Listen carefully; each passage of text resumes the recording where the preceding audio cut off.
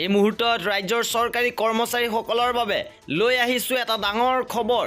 এইবাৰ দৰমহা সম্পৰ্কত এটা গুৰুত্বপূৰ্ণ খবৰ আহি পৰিছে। এইবাৰ ফেব্ৰুৱাৰী মাহৰ দৰমহাক লৈ এটা ডাঙৰ আপডেট। কি এই খবৰ আহিছে সবিশেষ জানিবৰ বাবে ভিডিঅ'টো প্ৰথমৰ পৰা শেষলৈকে চাই থাকিব।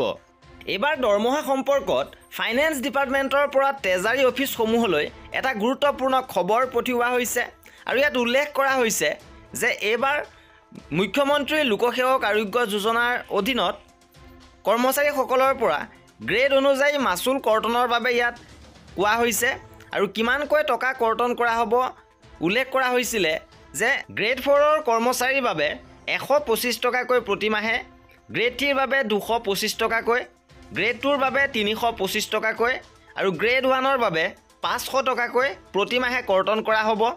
আৰু জানুৱাৰী মাহৰ পৰাই মুখ্যমন্ত্ৰী লোকসেৱক আৰোগ্য যোজনাৰ বাবে কৰ্মচাৰীসকলৰ পৰা গ্ৰেড অনুযায়ী এই ধন কৰ্তন কৰা হ'ব। আৰু কৰ্মচাৰীসকলৰ প্ৰতিটো খবৰ পাই থাকিবৰ বাবে আমাৰ চেনেলটো ছাবস্ক্ৰাইব কৰি ৰাখিব।